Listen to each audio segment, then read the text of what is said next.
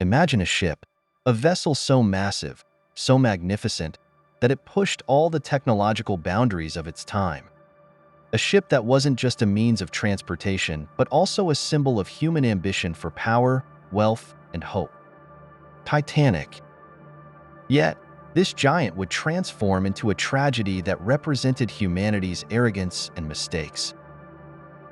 Let us embark on a journey through the legend of the Titanic, from its construction in 1909 to that unforgettable April night in 1912 and the events that followed.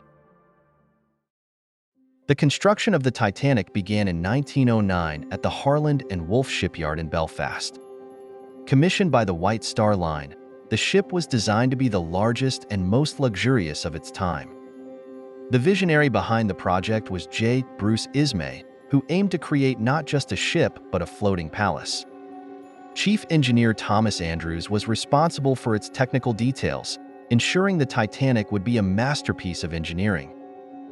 Weighing 46,000 tons, the Titanic was 269 meters long and 28 meters wide.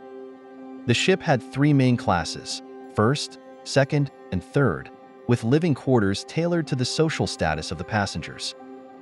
First class featured ballrooms, luxurious restaurants, gyms, and swimming pools, while third class offered simpler yet comfortable accommodations by the standards of the time. Approximately 15,000 workers were involved in the Titanic's construction. Despite being equipped with the most advanced technology of the era, the project relied heavily on manual labor, leading to frequent accidents, injuries, and even fatalities among the workers.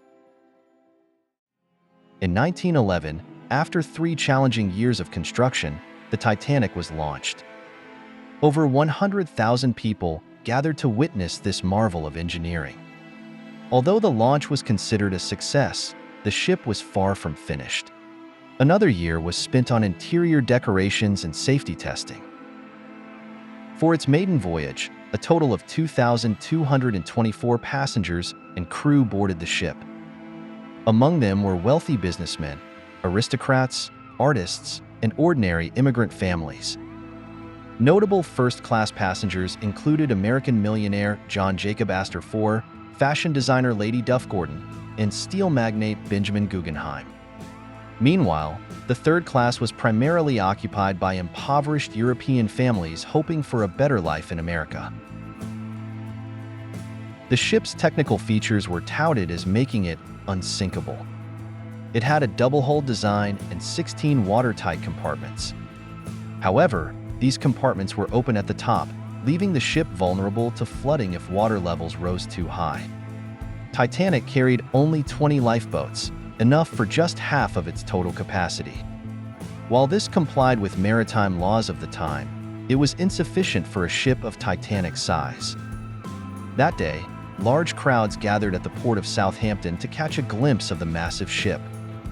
After picking up additional passengers at ports in Cherbourg, France, and Queenstown, Ireland, the Titanic was ready to cross the Atlantic. Little did anyone know that this journey would become a voyage of death for most on board. April 14, 1912, 11:40 p.m. The Titanic sailed through the dark, frigid waters of the North Atlantic. On the lookout, Frederick Fleet and Reginald Lee strained their eyes against the darkness, searching for signs of danger. Amid the howling wind and eerie silence of the sea, a shadow suddenly loomed ahead. "Iceberg, right ahead!" Fleet's cry pierced the night. The bridge went on full alert. Second Officer William Murdoch quickly turned the wheel to starboard and ordered the engines to stop. But the Titanic, a colossal 46,000-ton ship, was too cumbersome to turn swiftly. The iceberg scraped along the ship's starboard side, tearing through its steel hull. While most passengers only felt a slight jolt, the engineers below deck immediately realized the severity of the situation. 5 of the ship's supposedly watertight compartments were breached, sealing the Titanic's fate. Chief Engineer Thomas Andrews estimated the ship had no more than 2 hours to stay afloat. Captain Edward Smith ordered the lifeboats to be deployed.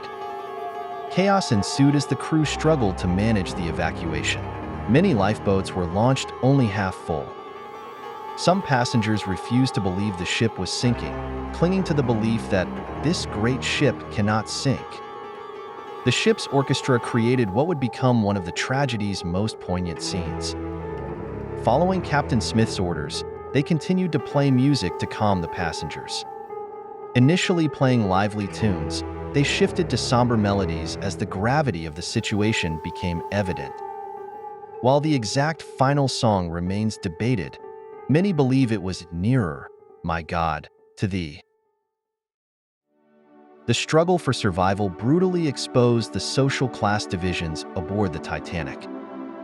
First-class passengers had easier access to lifeboats, while third-class passengers were effectively trapped below deck. Eyewitness accounts of locked staircases and the barring of third-class passengers from reaching upper decks remain a dark stain on history. Mothers carrying their children, women leaving their husbands behind, and those refusing to part from their loved ones, all painted heart-wrenching scenes of humanity's rawest trials. At 2:15 a.m., the Titanic's stern began to rise.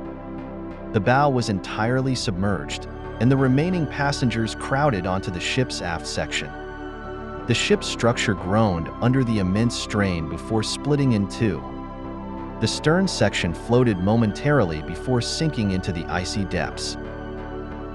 Over 2,200 people were now in the freezing waters of the Atlantic, where temperatures were below freezing. Most succumbed to hypothermia within minutes. Lifeboats, many still half empty, hesitated to return and rescue the drowning. The cries for help echoed across the waters, but gradually fell silent. A survivor later recalled, "All those screams, all those voices, and then suddenly, silence. That silence was the true tragedy." Only 706 people survived the Titanic disaster. The RMS Carpathia arrived to rescue survivors, but for many, it was too late. Among the survivors were wealthy first-class passengers and a few third-class passengers who had miraculously escaped. The world was shaken by the disaster. The Titanic, once the embodiment of unshakable human progress, had become a stark lesson in hubris and negligence. The Titanic's story remains a harrowing tale of human error, resilience, and hope. Each wave still whispers of that fateful night. What do you think? Does the Titanic represent humanity's technological failures, or was it the inevitable hand of fate?